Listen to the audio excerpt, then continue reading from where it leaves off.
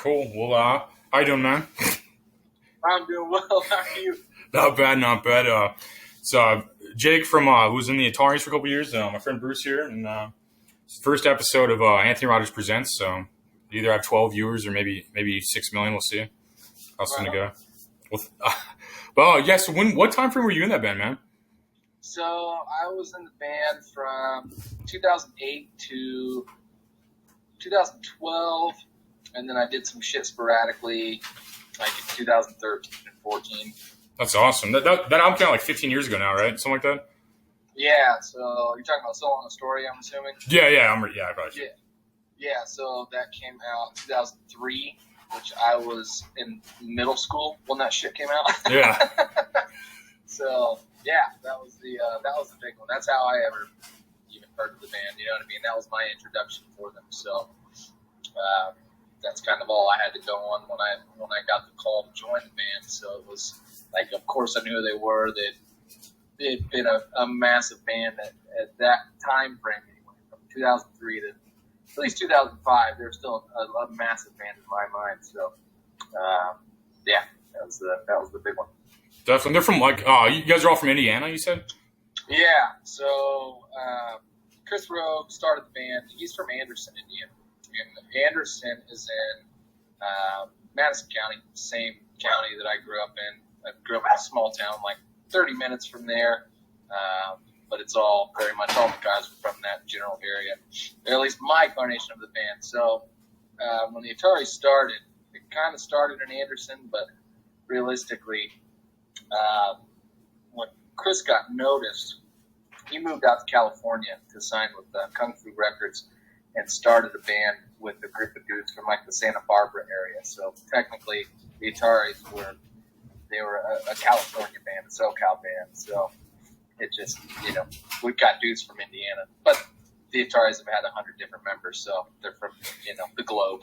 Yeah, I saw that on your Instagram. It said one of the 50 drummers or something. It's accurate. Have you looked at that Wikipedia page? Like, have you seen the list of former members? It's like at this point, who wasn't in the Ataris? Just us two. We're the only two people who weren't in the Ataris. But my favorite my favorite former member of the Ataris is Brian, the guy who played in that movie Blank Check. The kid so you know the movie Blank Check? The kid was in the Ataris? Yeah. I didn't know that. Like within the last 2 years. That's hilarious. I didn't know that. That's hilarious. And goddamn it, it's gonna drive me crazy. What's the old sitcom he was in? He was Michael J. Fox's little brother in the sitcom. I can fucking Google I'm blanking right now too. Yeah, I'm too like weed makes me not smart, I think.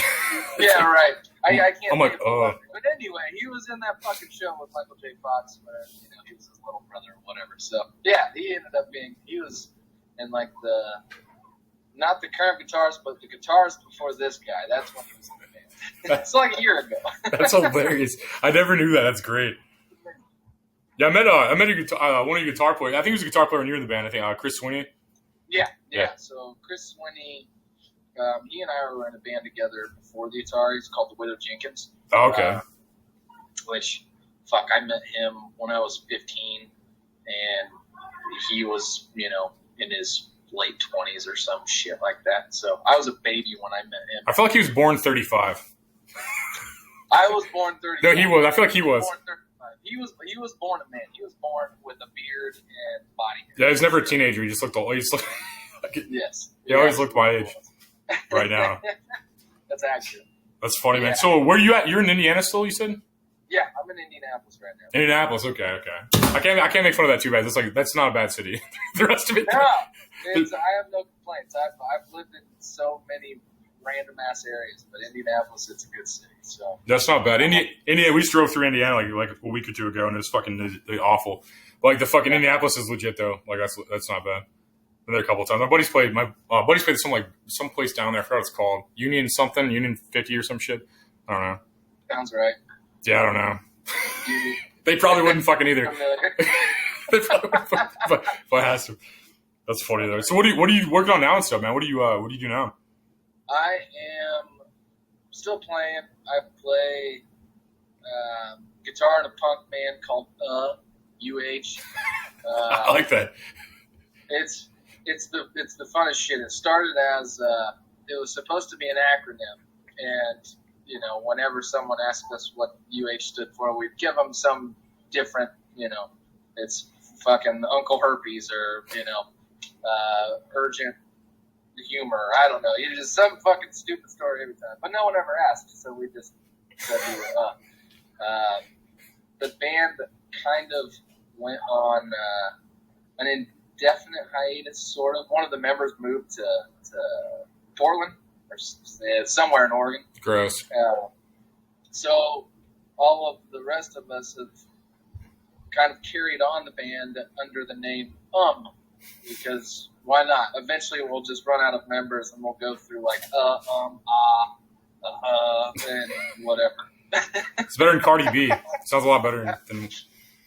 But yeah, there's that. I play drums in another band that's loosely active, shit like that. Yeah. We should start a band right now. What's that? We should start a band right now. Absolutely right. Right now. I've got drums somewhere in the house behind me. I'll set them up and we'll start fucking playing the show. Yeah, like right. Right this second. Yeah, absolutely. That's how we started it on a Facebook Messenger call. That's how this band started. Yeah, absolutely.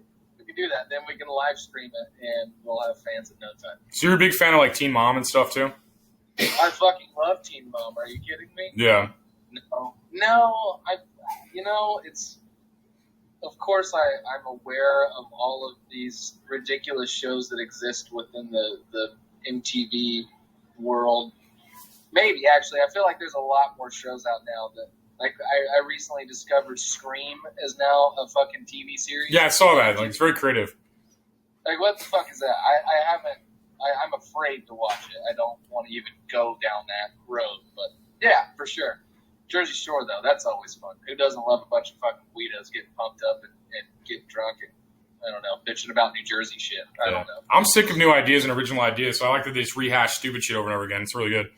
Absolutely. I'm so sick of thinking, it's like I'm glad they did that for us. They did us a solid, That's everyone. That's with everything, though. I feel like any kind of current anything that's being put out in terms of entertainment, it's just a rehashing of what's been done, or they'll literally take a film and rewrite it with different actors. It's people running out of ideas. Like comic book movies. Exactly. Just the same comic book movies, like Spider-Man 18, like, they just like keep going. Yeah, exactly. They're just going to keep releasing that shit. Yeah. Sometimes they do it well, sometimes it's just like, what the fuck was that for? Like, did you really need to redo that?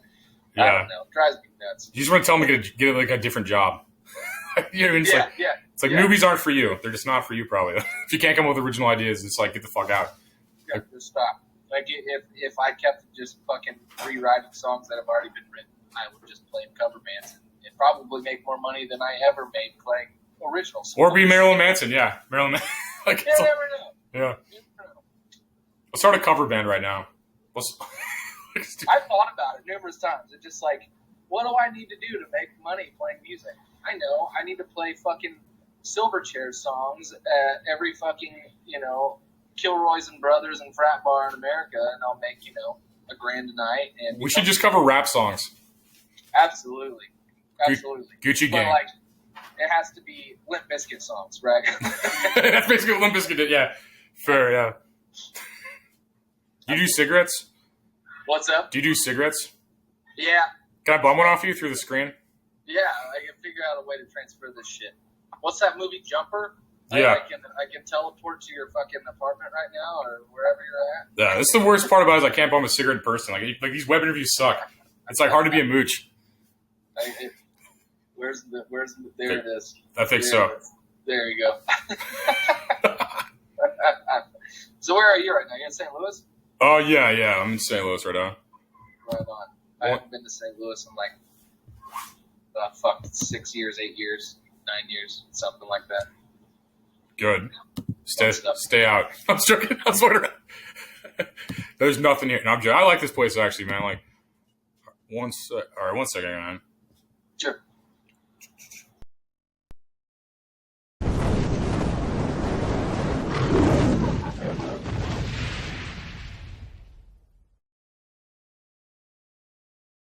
Back.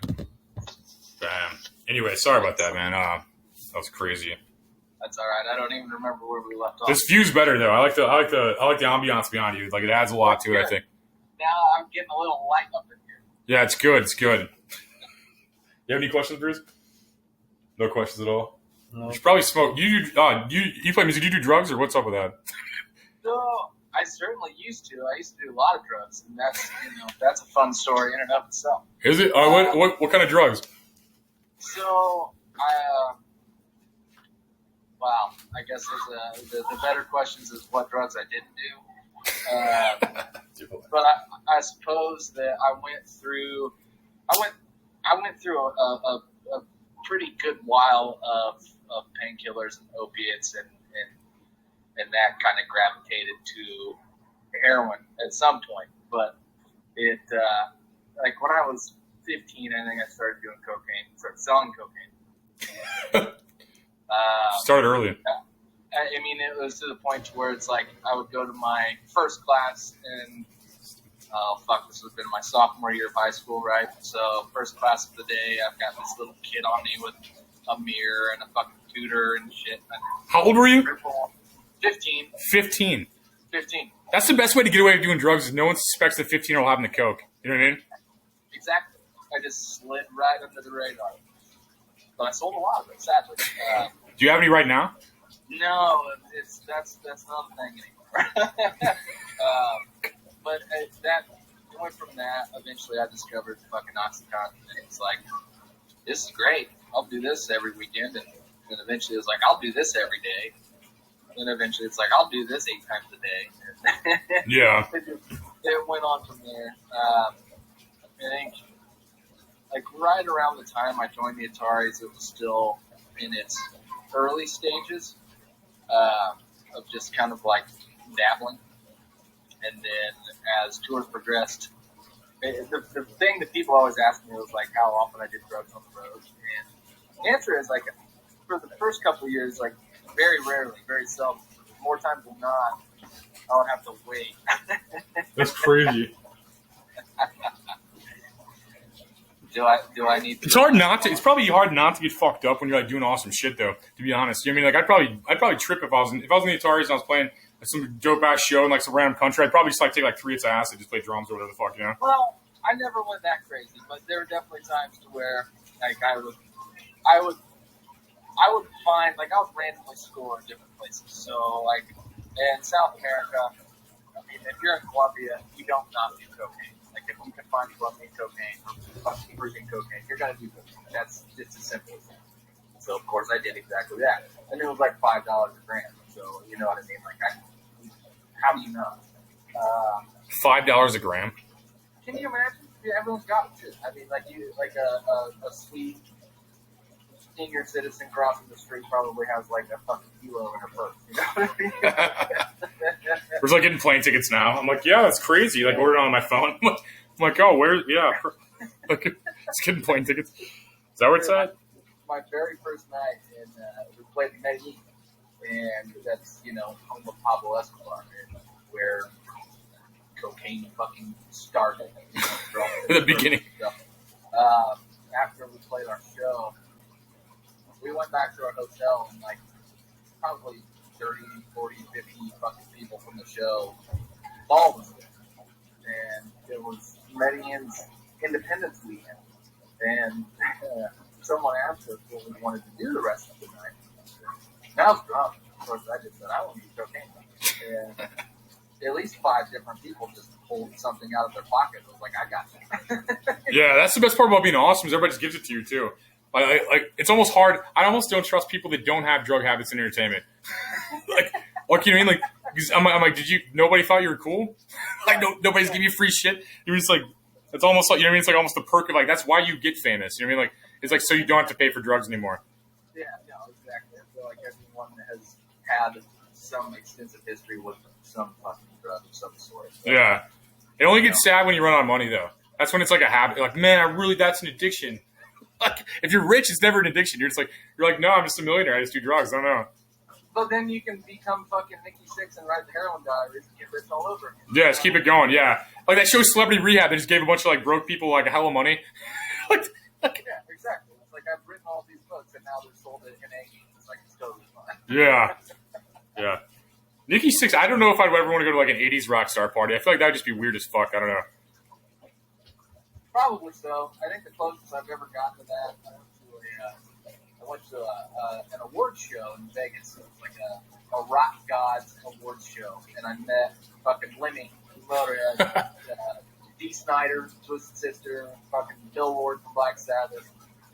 Pawn Stars guys were there, but I think they're just like flies to be at every Vegas party, and some other random people like that. So it wasn't necessarily an 80s party as much as it was a gathering of 80s stars, but it was still fun. No one was doing drugs. That would have been more fun.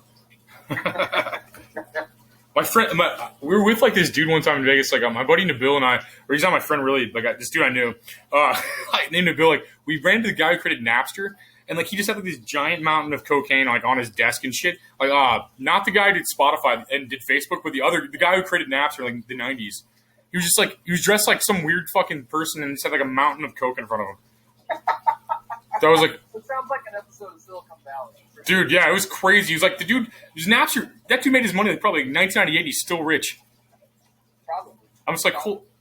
There's none of his other shit really picked up. It was weird seeing that. He's like, it was fucking crazy. Vegas is this weird thing. Like, you have to like walk over homeless people dying on the sidewalk to get there, though. Oh, absolutely. And people trying to sell you hookers. There's like smacking their hands, like. I'm going to Vegas in like 3 weeks. I haven't been there in probably 5 years.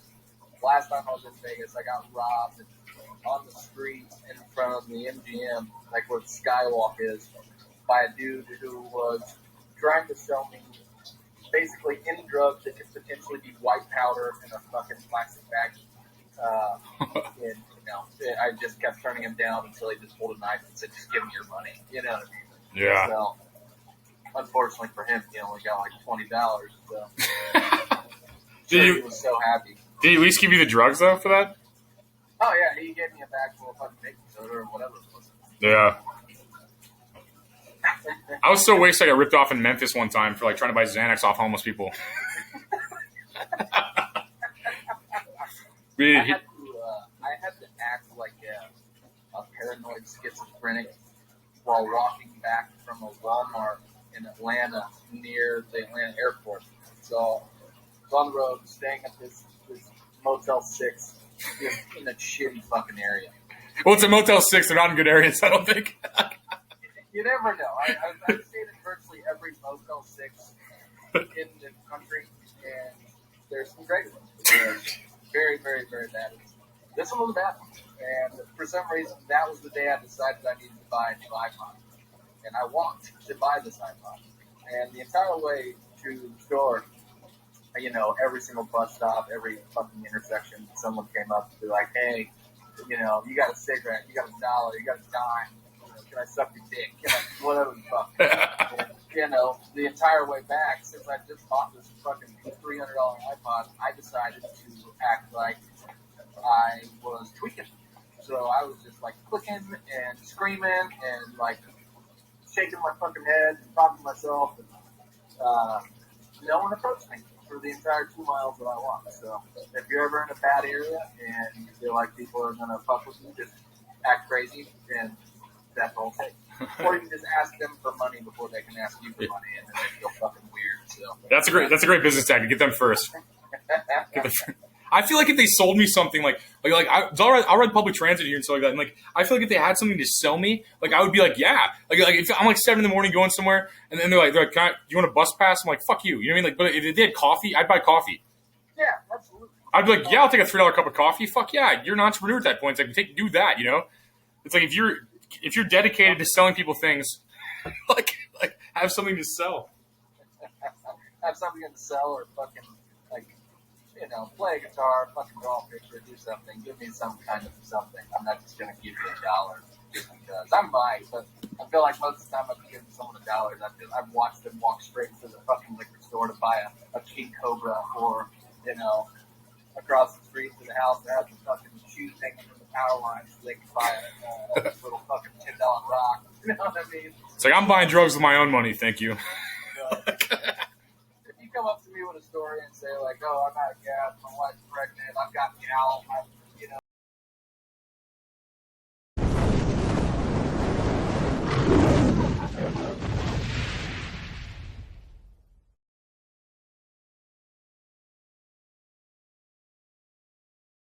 Going. Cool.